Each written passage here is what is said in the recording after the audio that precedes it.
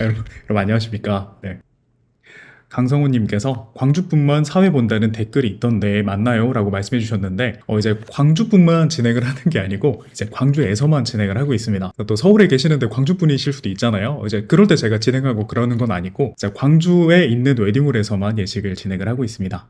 오늘 다룰 주제는 이제 결혼식이 지루해지는 이유입니다. 그래서 왜 결혼식이 지루해지는지 진짜 이유들을 알려드릴 거고 또 어떻게 하면 그런 것들을 없애고 결혼식을 좀 몰입도 있게 진행을 할 수 있는지 그런 부분들도 알려드리려고 합니다. 자, 그럼 시작하도록 하겠습니다. 자, 오늘의 고민. 제가 지금 라이브 방송하는 게 결혼식 상담소라고 이름을 짓긴 했는데 이게 아직은 예제예요. 그래서 정확한 건 아니고 나중에 더 좋은 이름이 있으면 좀 바꾸려고 합니다. 자, 오늘의 고민. 우리는 외향적이지도 않고 춤도 잘 못 추고 그렇다고 또 친구들이 춤추는 그런 순서 같은 게 있는 것도 아니고 예식이 너무 지루해질 것 같아서 좀 걱정이 됩니다. 이런 고민을 되게 많이 하세요. 제가 신랑 신부님과 만나 뵙고 상담하면 식순에 대해서 조금 고민해 보셨냐 이렇게 여쭤보는데 대부분 이 말씀을 가장 먼저 하십니다. 그럼 이제 우리가 이거에 대해서 생각을 해보는 게 좋아요. 그렇다면 우리 예식은 잔잔해질 거라는 예상을 하고 계시는 건데 그럼 잔잔한 예식은 무조건 지루할까요? 그럼 반대로 춤추고 웃기고 뭐 그런 예식은 무조건 재밌을까요? 아마 그러진 않겠죠. 우리가 결혼식을 되게 한 편의 영화 같다 뭐 이렇게 표현할 때도 있는데 그럼 영화를 예를 들어서 생각을 해보면 우리가 어떤 영화는 되게 잔잔한데도 엄청 몰입되고 재밌고 시간 가는 줄 모르고 보게 되는 그런 영화가 있잖아요. 그리고 또 어떤 영화는 막 액션이 엄청 막 튀어나오고 되게 막 익사이팅하고 막 뭐가 막 난리가 나고 하는데 뭔가 막 시간이 엄청 길게 느껴지고 좀 지루하고 그렇게 느껴지는 영화도 분명히 있단 말이에요. 자, 여러분 어쩌면 결혼식도 마찬가지로 그럴 겁니다. 그래서 우리가 결혼식을 어떻게 구성하고 또 어떤 느낌으로 만드는지에 따라서 잔잔한 예식도 되게 재밌고 되게 몰입되는 그런 예식이 될 수가 있고 또 어떤 예식은 좀 이렇게 뭔가 막 이렇게 노력해서 많이 집어넣고 또 이렇게 열심히 했는데도 하객분들이 지루하다고 생각할 수도 있어요. 오늘 그런 거에 대해서 이야기를 나눠볼 겁니다. 제가 지루해지는 이유를 세 가지로 나눠봤어요. 첫 번째는 예식이 잘 안 들리고 잘 안 보이기 때문에 첫 번째로 예식이 지루해집니다. 그리고 두 번째는 내가 어색하기 때문에 예식이 지루해져요. 결혼식 안에서 내가 내 진짜 모습이 아닌 모습으로 결혼식을 진행을 하기 때문에 결혼식이 지루해집니다. 그리고 세 번째는 내가 결혼식을 잘 모르기 때문에 결혼식이 지루해지기도 해요. 그래서 오늘 이런 부분들의 원인과 그리고 해결 방안에 대해서 이야기를 나누겠습니다. 첫 번째로 잘 안 들리고 잘 안 보이기 때문에. 그럼 잘 안 들리는 이유는 뭘까요? 잘 안 들리는 이유. 대부분 마이크를 가까이 하지 않았기 때문에 잘 안 들립니다. 이게 무슨 말이냐면 이제 대체적으로 신랑 신부님이 가장 걱정하시는 게 혼인 서약이에요. 이제 우리가 마이크에다 대고 막 얘기를 해야 되는데 나는 말도 잘 못하고 좀 이렇게 막 쑥스럽기도 하고 그래서 내 혼인 서약이 좀 지루해질 것 같다 이렇게 생각을 많이 하시거든요. 근데 혼인 서약이 지루해지는 이유는 그 내용 때문이 아니라 신랑 신부님의 목소리가 하객분들께 잘 안 들리기 때문이에요. 그럼 왜 안 들리냐? 이제 신랑 신부님께서 이렇게 문서를 읽으시잖아요. 그럼 두 분이 이렇게 같이 계시기 때문에 바로 옆에 있는 사람의 목소리가 잘 들립니다. 서로의 목소리가 잘 들리기 때문에 자연스럽게 글에 집중을 하게 되고 이제 마이크보다 글에 이렇게 집중을 하면서 마이크가 점점점 떨어지게 돼요. 그럼 하객분들은 신랑 신부님의 목소리가 잘 안 들리게 되고 방금 뭐라고 한 거야 하다 보면 이게 지루해집니다. 그래서 마이크를 가까이 해주시는 게 좋겠죠. 이것과 비슷한 내용으로 부모님의 성원선언 그리고 덕담 혹은 목사님이나 주례 선생님의 주례사도 마찬가지입니다. 사실 주례사나 덕담이나 이런 내용들은 되게 신랑 신부님 뿐만 아니라 하객분들께도 좀 도움이 되는 내용들이 많아요. 그리고 얼마나 이 결혼식을 위해서 열심히 글을 쓰셨겠어요. 그래서 그 안에 되게 따뜻하고 뭔가 이런 사랑이 담긴 얘기가 굉장히 많이 있는데 이게 잘 안 들리니까 지루해지는 거예요. 그래서 아버님의 말씀도 하객분들께 잘 전달이 된다면 분명히 하객분들이 여기에 집중이 되고 몰입이 되실 겁니다. 그럼 아버님은 왜 안 들리시냐면 이제 아버님 그리고 목사님, 주례 선생님 다 마찬가지십니다. 웨딩홀에서는 이렇게 스탠드 마이크가 있어요. 그 신랑 신부님께서는 무선 마이크를 잡으실 텐데 대부분 단상 앞에 있는 마이크는 이렇게 생겼어요. 이렇게. 그럼 지금은 제가 이 설정을 해놔서 지금 제 목소리가 잘 들리실 텐데 웨딩홀에서는 이제 이렇게 보시다가 글자가 잘 안 보이시니까 이렇게 말씀을 하실 거예요. 그럼 이렇게 하면 홀 안에서는 아버님이나 주례 선생님이나 목사님의 목소리가 잘 안 들리게 됩니다. 그럼 이제 하객분들이 들을 때는 그래가지고 뭐 이렇게 있고요. 이렇게 잘 안 들려요. 그럼 이게 지루해집니다.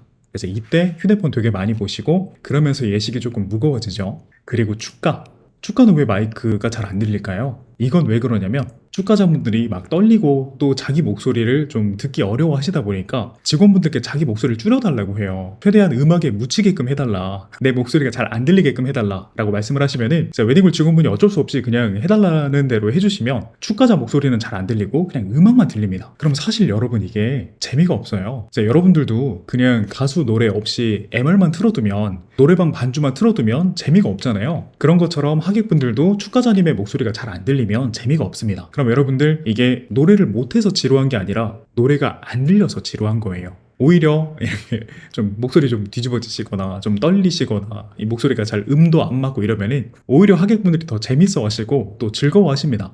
그래서 자신 있게 기왕 축하해 주는 거니까 내 목소리를 하객분들께 완전히 잘 들릴 수 있도록 마이크를 가까이 해주시고 또 직원분께 음악을 키워달라는 그런 요청보다는 음악을 줄이고 내 목소리를 좀 키워달라 이렇게 말씀을 해주시는 게 훨씬 더 좋아요. 그리고 축사는 이제 친구분들이나 혹은 이제 언니, 동생 아니면 형님 이런 분들이 해주시잖아요. 축사도 마찬가지로 이제 읽다 보면 감정이 좀 북받쳐요. 그럼 좀 감동하기도 하고 이렇게 막 목소리가 막히기도 하고 그러면서 점점 더 마이크가 떨어집니다. 이제 그럴수록 마이크를 더 가까이 붙여야 돼요.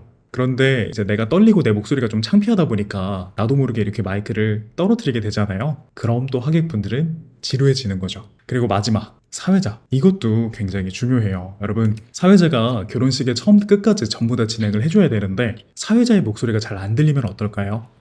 당연히 지루하겠죠. 사회자가 어머님들 입장하실 때, 신랑 입장할 때, 이럴 때는 괜찮을 거예요. 신랑 입장, 신부 입장. 이럴 때는 대부분 크게 하시더라고요. 근데 이제 대본 보시면서 오늘 성원선언은 신랑 아버님이 이렇게 하면은 하객분들이 잘 안 들리고 또 이게 목소리가 뭔 말인지 잘 모르겠으니까 또 휴대폰 보게 되고 잡담이 시작되고 이렇게 됩니다. 그래서 가장 중요한 건 이 마이크가 잘 들려야 되는데 왜 안 들리는지 그런 얘기를 나눠봤고 그럼 이런 것들을 어떻게 해결을 할 수 있냐. 첫 번째는 마이크 거리를 조절해야 돼요. 우리가 마이크를 입에 가까이 붙이셔야 됩니다. 그런데 마이크를 가까이 한다는 게 감이 잘 잡히지 않으시잖아요. 왜냐면 우리가 마이크 써본 건 대부분 그냥 노래방 갔을 때나 이제 놀러 갔을 때 그럴 때 말고는 사실 우리가 마이크를 잡아볼 때가 거의 없단 말이에요. 그래서 이제 노래방에서 노래 부를 때처럼 마이크를 잡으실 텐데 이게 세팅값이 조금 다릅니다. 노래방은 워낙 이렇게 막 큰 소리 치고 또 술 드시고 하시면은 큰 소리 치시잖아요. 그래서 그럴 때 기계가 망가지지 않도록 이제 마이크를 떨어뜨려도 소리가 잘 들리게끔 그렇게 되어 있어요. 그렇다 보니까 이제 그런 식으로 웨딩홀에서 목소리를 내시면 이게 잘 안 들립니다. 웨딩홀에서는 마이크가 굉장히 예민해요.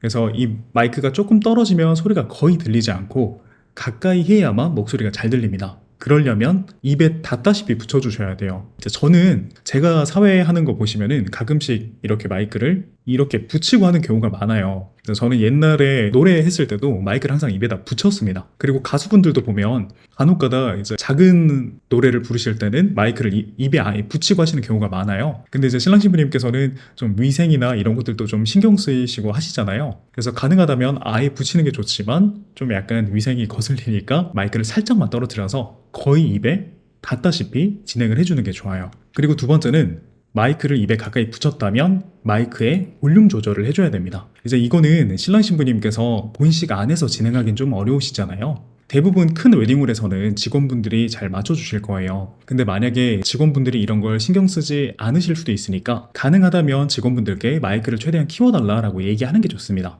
마이크가 너무 크면 내가 마이크를 살짝 떨어뜨릴 테니까 가능하다면 소리가 하울링이 생기지 않을 때까지 최대한 키워달라고 말씀해 주시는 게 좋고 만약에 사회자분께서 조금 긴장을 덜 하시고 소통이 가능하시다면 대부분 이 음향 조절하시는 분이 사회자 옆에 계시기 때문에 사회자님이 음향 조절하시는 분들께 말씀을 해주시는 게 좋아요. 지금 신랑 신부 목소리가 잘 들리지 않는다거나 혹은 아버님 축가자의 목소리가 잘 안 들리면 사회자가 음향 조절하시는 분께 마이크를 키워달라고 말씀을 해주시는 게 좋습니다. 그리고 마이크를 키웠는데도 안 들릴 수도 있어요. 마이크를 입에 가까이 하고 마이크를 키웠는데도 안 들린다면 그때 흐르는 음악 반주 소리를 줄여야 돼요.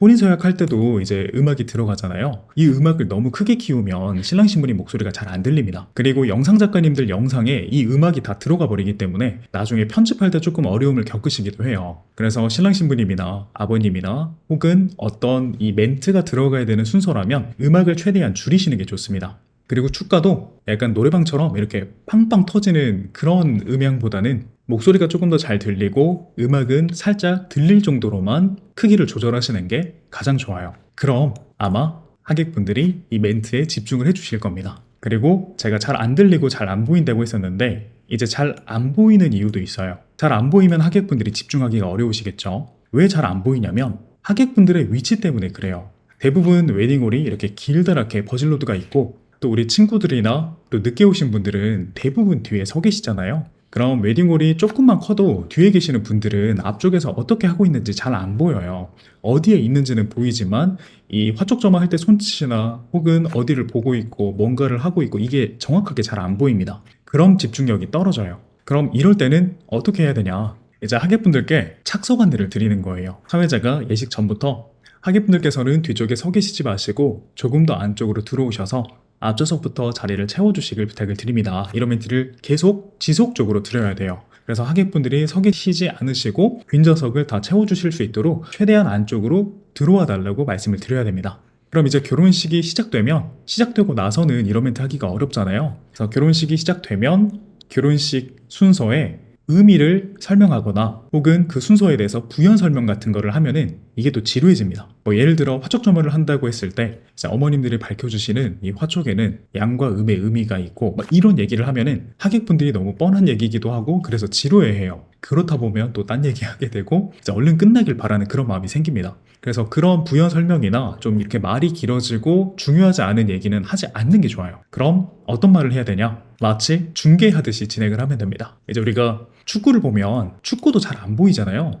경기장 위에서 엄청 큰 카메라로 이렇게 전체 화면을 보여주는데 이게 왜 재밌냐면 이제 등번호나 이런 것들을 해설자나 중계자가 다 얘기하면서 지금 몇 번 선수가 몇 번 선수한테 패스를 했습니다. 몇 번 선수가 킥을 찹니다. 몇 번 선수가 막았습니다. 이런 얘기를 중계하듯이 해주니까 이 축구 경기가 너무너무 재밌는 거예요. 그럼 결혼식도 이제 중계하듯이 사회자가 안내를 해주는 겁니다. 그럼 화촉점화를 진행을 할 때에는 어머님들께서 입장하시겠습니다.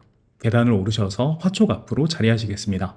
먼저 신랑 어머님께서 점화하시겠습니다. 다음은 신부 어머님께서 점화하시겠습니다. 이렇게 안내를 해드리면 이제 멀리서 잘 안 보이시는 분들도 이제 뭘 하고 있는 거구나. 신랑 어머님께서 점화할 때 어떤 마음일까? 이러면서 계속 몰입이 되는 거죠. 그럼 예식이 재밌어집니다. 그리고 이제 부모님께 인사할 때도 신랑 어머님께서 먼저 일어나셔서 신부 먼저 한번 꽉 안아주시고요. 그 다음 신랑을 안아주시겠습니다. 이런 식으로 중계하듯이 설명을 드리면 이제 그걸 보시는 분들이 좀 더 재밌게 보실 수 있으실 거예요. 자, 이렇게까지 잘 안 들리고 잘 안 보이기 때문에 라는 첫 번째 이유에 대해서 이야기를 나눠봤습니다. 혹시 또 여러분 질문사항 있으신가요? 은택님 맞으시죠? 야외 결혼식의 경우 실내 결혼식보다 목소리가 잘 안 들려서 하객분들이 지루하는 경우도 있을까요? 라고 말씀해 주셨는데 완전 있어요. 그래서 저는 야외 예식이 엄청 힘들다고 생각해요. 아무래도 요즘 신랑 신부님께서는 야외 예식에 대한 뭔가 로망이 있으신데 저는 광주 같은 경우는 제대로 준비가 된 예식이 거의 없어요. 이 음향 같은 경우는 굉장히 예민하고 민감하기 때문에 스피커를 어디에다가 놓고 또 어떤 볼륨으로 어떤 각도로 놓느냐에 따라서 목소리가 완전 잘 들릴 수도 있고 완전 이상하게 들릴 수도 있어요. 그럼 하객분들께서 이게 어수선한 분위기를 느끼게 되고 야외 예식의 분위기가 굉장히 좀 망가지기도 합니다. 혹시 백원택님께서 야외 예식을 어디서 하실까요? 근데 또 준비가 잘 되는 곳은 괜찮기도 해요. 중요한 거는 아까 제가 말씀드렸던 것처럼 이제 실내 웨딩홀보다 조금 더 열악한 환경은 있겠지만 그래도 가능하다면 이제 이렇게 마이크를 좀 가까이 붙여주시고 최대한 마이크 볼륨을 높여주시고 또 배경음악이나 축가 반주 이런 것들을 줄여주는 게 좋겠죠. 야외 예식도 마찬가지로 이렇게 진행을 하셔야 최대한 집중이 잘 됩니다. 청주에 있는 청남대에서 올해부터 새로 오픈해서 하려는데 고민이 정말 되네요. 말씀 감사합니다 라고 말씀해 주셨는데 제가 알기로 수도권 같은 경우에는 경쟁이 좀 치열하다 보니까 그래서 이 음향이나 좀 예식 본식 세팅이나 이런 부분들이 준비가 비교적 잘 되는 걸로 알고 있습니다. 그래서 수도권의 예식들은 이제 영상 같은 거 한번 찾아보시면 이게 사실 그 장소에서 음향을 세팅한다기보다는 진행하시는 컨설팅이나 이런 데서 야외 웨딩 전문 업체를 부르는 경우가 많아요. 근데 서울이나 수도권이나 이런 곳들은 되게 서로 막 경쟁이 엄청 치열하니까 장비가 좋더라고요. 근데 이제 제가 진행하는 광주는 업체가 많지 않아요. 그렇다 보니까 이게 스피커가 굉장히 열악합니다. 제가 공연을 좀 많이 했고 버스킹을 했었기 때문에 앰프나 좀 마이크나 음향 세팅이나 이런 것들에 대해서 좀 어느 정도 알고 있는 편인데 광주는 좀 열악한 편이에요. 자, 그럼 이제 두 번째 이야기 나눠보도록 하겠습니다. 자, 두 번째로 결혼식이 지루해지는 이유는 어색하기 때문이에요. 내가 신랑이고 내가 신부일 때 내가 어색하니까 결혼식도 지루해집니다. 왜냐면 우리 표정이나 우리 마음 상태나 이게 하객분들께 다 전달이 돼요. 그럼 하객분들도 똑같이 어색하게 느껴지게 되고 하객분들도 어색하니까 결혼식이 지루해지는 거예요. 이건 왜 어색해지냐? 내 진짜 모습이 아니기 때문에 어색해집니다. 이게 무슨 말일까요? 자, 어색한 이유. 잘된 것을 참고하려다 보면 어색해집니다. 왜 그러냐면 요즘에는 인스타 릴스나 유튜브 쇼츠나 이런 거에 너무 많아요. 영상이. 이제 막 처음에 행진 댄스 막 이런 거 나올 때 사실 그것도 얼마 안 됐죠.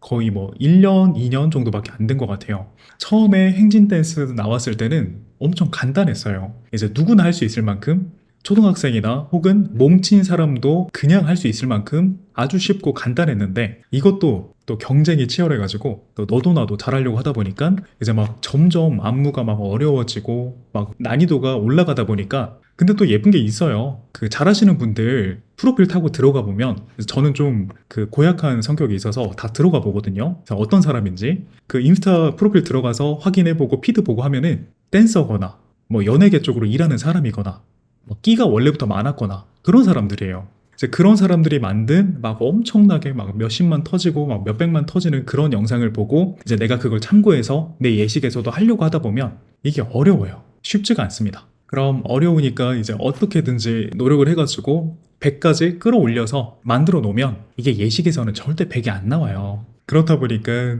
나도 또 어색해지고 또 하객분들이 보면서 좀 지루해지고 그런 문제가 생깁니다. 그리고 두 번째는 잘하고 싶어서 아까 말씀드린 거랑 조금 비슷하긴 한데 살짝 달라요. 이제 잘된 것을 참고하려는 것은 이제 이게 보장이 된 거니까 몇십만 터졌고 하객분들도 호응이 막 좋은 걸 영상으로 이미 봤기 때문에 내 예식에서도 그러길 바라는 마음으로 하시는 거잖아요. 이제 그런 거 말고 내가 잘하고 싶어서 그게 어려운 것이든 쉬운 것이든 내가 이걸 완벽하게 해내고 싶어서 진행을 하다 보면 이 과정이 부담이 됩니다.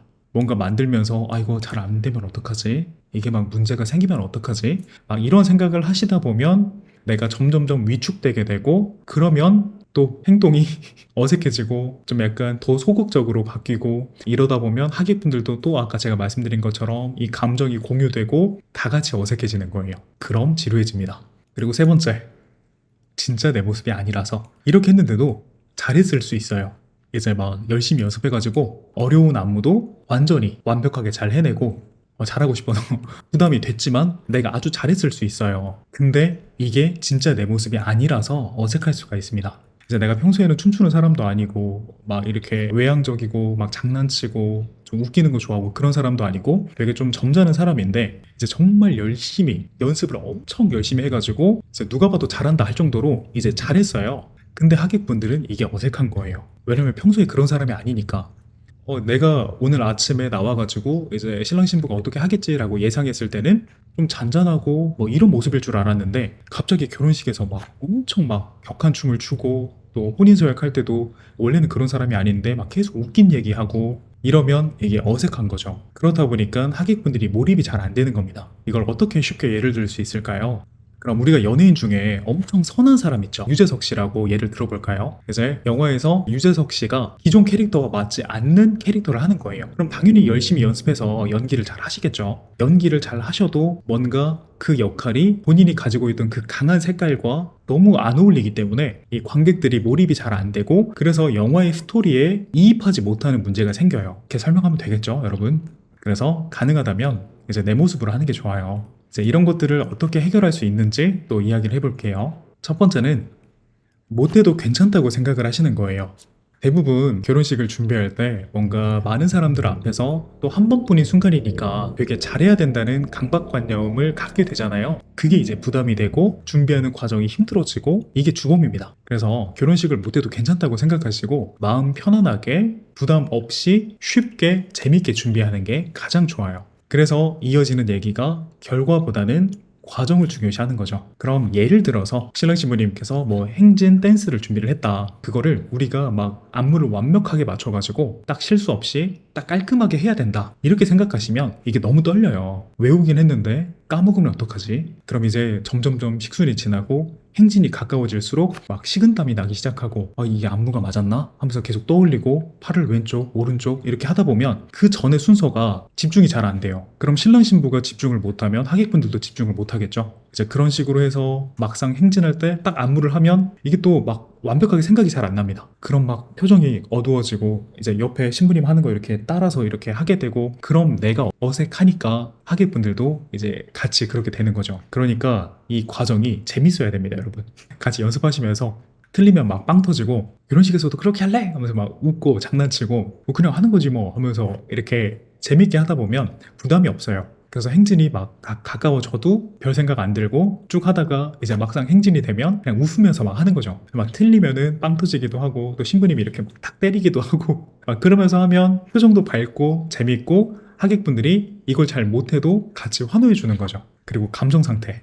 이것도 방금 얘기한 거긴 한데 어쨌든 기분이 좋아야 됩니다. 예시간에서 내가 걱정되고 막 무섭고 막 떨리고 이러면은 이게 하객분들께 전부 다 공유가 돼요. 그럼 하객분들도 뭔가 불안하고 이거 뭔가 터질 것 같은 뭔가 어색한 느낌 이런 게 드니까 결혼식이 지루해져요. 그러니까 신랑 신부님께서 항상 기분이 좋아 있어야 돼요. 마음이 편해 있어야 되고 모든 순간이 재밌어야 됩니다. 그러면 하객분들도 똑같이 마음이 공유되어서 결혼식이 재밌어지고 즐거워지고 집중이 됩니다. 그럼 이제 이걸 쉽게 얘기하면 결혼식이 아무리 완벽하고 딱딱딱 잘 맞아떨어지고 아무런 실수 없이 완벽하게 진행이 됐어도 신랑 신부님이 내내 걱정하면서 이게 잘 되려나 막 고민하고 안절부절하고 표정이 이렇게 굳어지고 하면 예식이 지루합니다. 근데 결혼식이 좀 실수도 많고 중간에 막 웨딩홀에서 음악도 잘못 들어버리고 막 문제가 생기고 신랑님도 뭔가 까먹어가지고 막 틀리고 해도 계속 웃고 계시고 신부님도 막 빵 터지고 두 분이서 기분이 좋은 상태라면 하객분들도 이 모든 순간이 다 재밌어요. 그래서 집중하게 되고 훨씬 더 몰입하게 됩니다.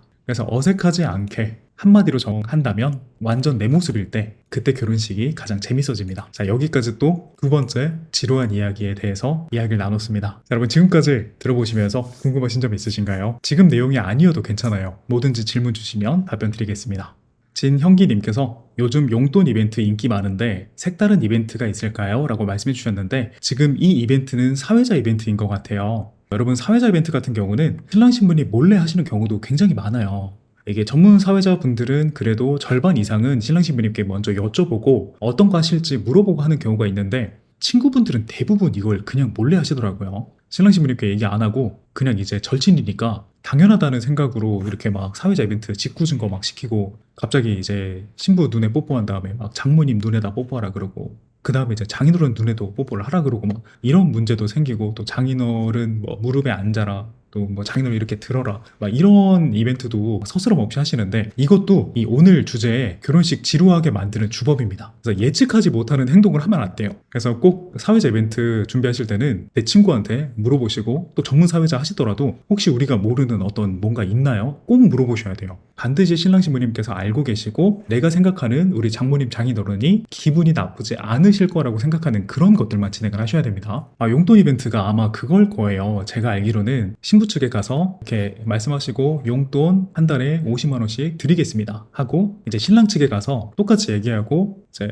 용돈 50만 원 필요해요 막 이렇게 얘기하는 거잖아요. 그러니까 이것도 지금 방금 제가 말씀드렸던 게 주긴 한데 이 스토리텔링이 굉장히 중요해요. 그래서 왜 이걸 하는지 이벤트 하기 전에 이걸 설명을 해야 됩니다. 그래서 어떤 뭐 신랑이 오늘 결혼하면서 양가 부모님께 하고 싶은 얘기가 있다고 하는데요. 이렇게 스토리텔링을 하고 그 다음에 양가에 가서 이렇게 장난을 쳐서 한번 웃음을 유도하고 그 다음에 마무리도 굉장히 중요해요. 예를 들면 그래서 해피엔딩으로 간다고 하면 사회자가 오늘 웃음을 드리기 위해서 이제 장난을 했는데 아마 신랑 신부님께서 양가 어머님께 용돈을 잘 챙겨주실 겁니다. 뭐 이렇게 마무리를 한다든지 아니면 조금 더 자극적으로 이제 제가 자극적인 스타일이 아니라서 이제 저는 잘 모르겠지만 좀 더 자극적으로 가서 뭔가 하객분들도 부모님도 더 빵 터질 수 있게끔 이 마무리가 잘 돼야 됩니다. 이제 어머님께 용돈 필요해요 한 다음에 이제 사람들이 피식하고 웃고 나면 자 이제 행진을 하겠습니다. 막 이렇게 가버리면은 이게 막 결혼식 분위기가 완전 갑자기 이상해져 버려요. 그러니까 이런 이벤트는 꼭 미리 준비를 하셔야 되고 제가 약간 이 대답이 산으로 갔는데 형기님께서 말씀하신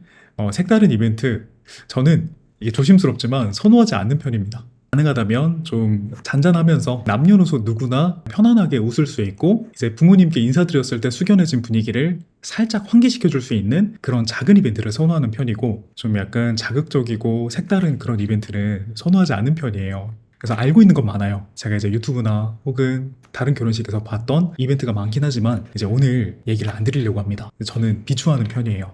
그리고 슈크림 도어가 열립니다 님께서 부모님 덕담 축사는 양가 다 하는 건가요? 아니면 한쪽은 성원서론 읽어주시고 한쪽이 덕담해주시고 그런 건가요? 라고 말씀해 주셨는데 이제 이건 대부분 어떻게 하냐 이런 걸 물어보신 거잖아요. 대부분이라고 한다면 아무도 안 하십니다. 성원서론은 사회자가 하고 덕담은 생략합니다. 이게 대부분이에요. 이제 부모님들 다 안 하신다고 하셔가지고 그래서 사회자가 성원서론하고 이제 덕담을 생략하거나 혹은 축사 이렇게 넣거나 이렇게 진행하는 게 대부분이고 해주시면 너무 좋아요. 지금 말씀하신 것처럼 한 분이 성원서론 한 분이 덕담 이렇게 해주시면 예식이 아주 풍성해질 수가 있고 사회자가 성원서론 그리고 한쪽에서 덕담 이렇게 해주셔도 좋고 아니면 한 분이 성원서론 하시고 덕담은 생략하셔도 괜찮습니다.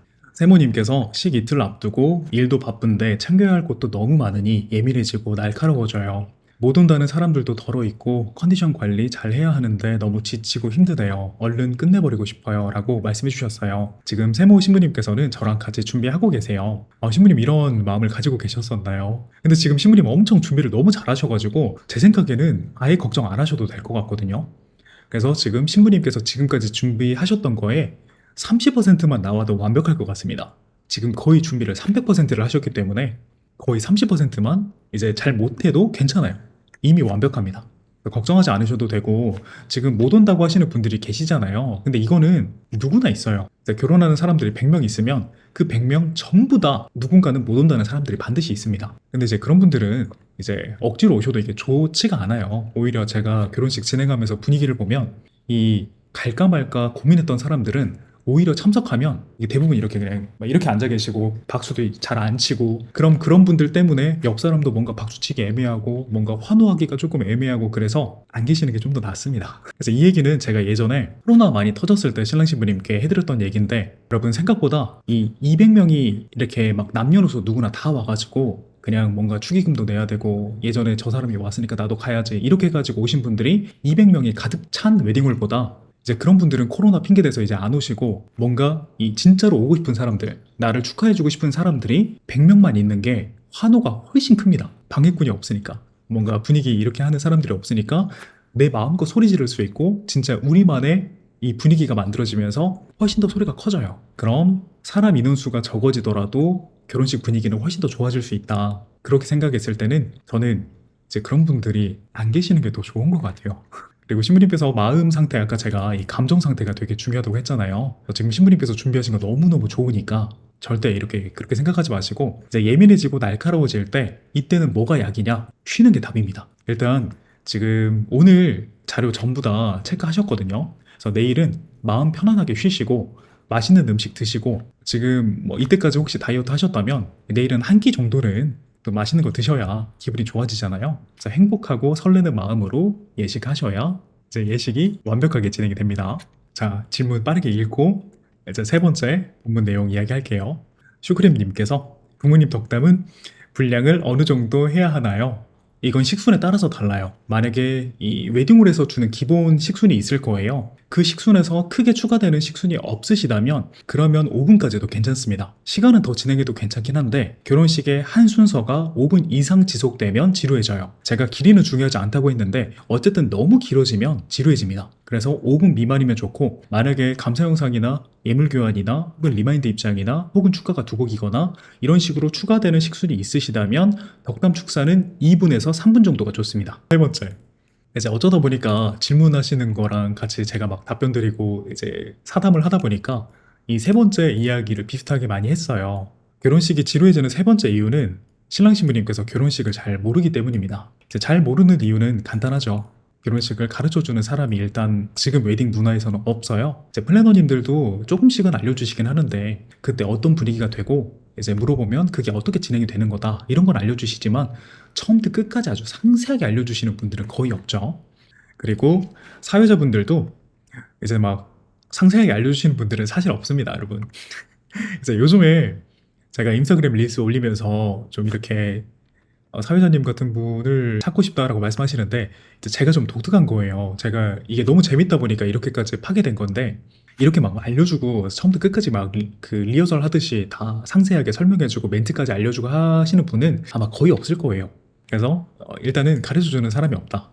그리고 또 반대로 신랑 신부님께서 배워야 되는 이유를 잘 모르시기 때문이에요. 이제 이걸 배워야 되는데 왜 배워야 되는지 잘 모르시잖아요. 왜냐면 아무도 안 배우니까. 결혼하시는 분들 중에서 이제 배워서 진행하시는 분들이 거의 없고 대부분은 그냥 본식 날에 헬퍼님이 시키고 사회자가 시키고 또 웨딩홀 직원분이 하라는 대로 진행을 하면 결혼식이 뭐 어떻게든지 잘 진행이 되기 때문에 이제 배워야 되는 이유를 잘 모르시더라고요. 그리고 세 번째는 이건 제가 조금 조심스럽긴 한데 이제 신랑님께서 협조를 안 해주시기 때문에 결혼식을 잘 모르시더라고요. 신부님들은 조금 배우고 싶어 하시는 것 같아요. 신부님들은 뭔가 식훈에 대해서 공부를 하시려고 하시고 어떻게 하면 잘할 수 있는지 이런 것들 팁 같은 거를 좀 배우려고 하시는데 이제 대부분의 신랑님들께서는 뭐 그냥 본식에서 그냥 하면 되지 뭘 뭐 이렇게 막 대부분 이렇게 생각하시더라고요. 근데 이제 제가 신랑 신부님과 만나 뵙고 상담을 하잖아요. 그럼 만나 뵀을 때도 대부분 처음에 이제 상담 한 5분, 10분까지는 신랑님들 표정이 이러세요. 이제 저랑 진행을 할 때도 대부분 신랑님들이 처음에는 표정이 뭐 이렇게까지 하나 이렇게 만나가지고 뭐 뭘 한 시간 동안 한다는 거지 할 얘기도 없는데 대부분 다 이렇게 생각을 하시더라고요. 근데 이제 입장할 때 어떻게 할 건지 이제 언제 인사를 해야 되는지 어디에서 어떻게 바라보고 이제 어쩔 때는 어떤 순서로 진행이 되는지 이런 것들을 쭉 알려드리다 보면 신랑님들 표정이 되게 많이 바뀌세요. 그래서 되게 뭔가 재밌어 하시고 즐거워 하시고 그러면서 이거 뭔가 이제 처음에는 이렇게까지 뭐 하는 건지 잘 몰랐는데 생각보다 내가 해야 될 일들도 있고 또 내가 하는 거에 어떤 의미가 있는지 알게 되니까 되게 재미를 느끼시더라고요. 그럼 여러분 지금 신랑님이 느끼시는 이 감정이 하객분들이 느끼시는 감정과 똑같습니다. 그래서 신랑 신부님이 결혼식을 잘 알고 계시면 순서나 신랑 신부님이 어떤 얘기를 하거나 어디서 무언가를 들으실 때 왜 그걸 하는지 내가 잘 알고 있으면 이제 신랑 신부님을 보는 하객분들이 그 순서가 이해가 돼요. 아, 이게 저러해서 이렇게 하는 거구나.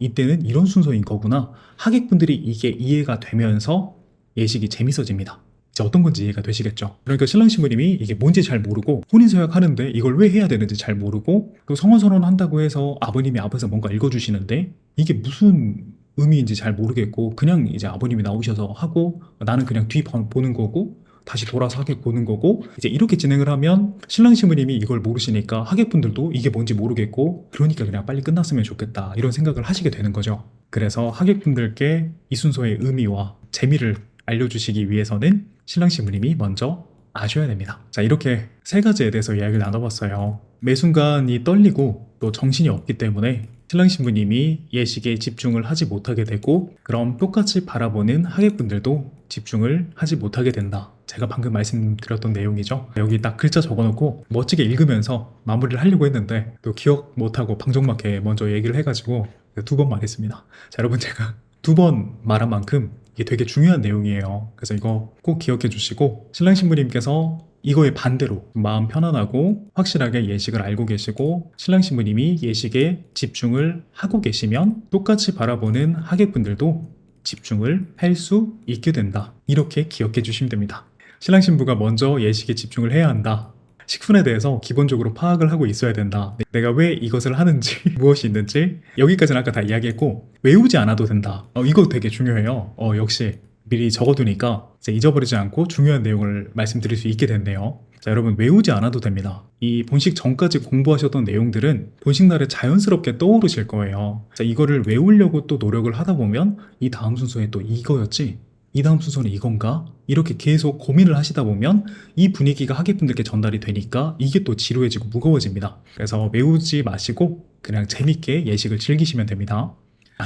식전에 숙지만 하고 있으면 본식에서 자연스럽게 기억이 난다 라는 말씀을 꼭 드리고 싶습니다. 그럼 이렇게 세 가지에 대해서 오늘 이야기 나눠봤어요. 여러분, 그래서 오늘의 결론은 뭐냐면 신랑 신부가 식순에 대해서 잘 알고 있고 무언가 잘하려는 부담감이나 압박감 없이 아주 편안한 마음으로 예식의 재미를 느끼고 집중하고 몰입하게 되면 하객분들도 자연스럽게 집중하고 몰입하게 된다. 그럼 이 내용은 잔잔한 예식이나 혹은 신나는 예식이나 웃긴 예식이나 성스러운 예식 그리고 감동적인 예식, 밝은 예식, 익사이팅한 그런 예식, 슬픈 예식 전부 다 재밌어집니다.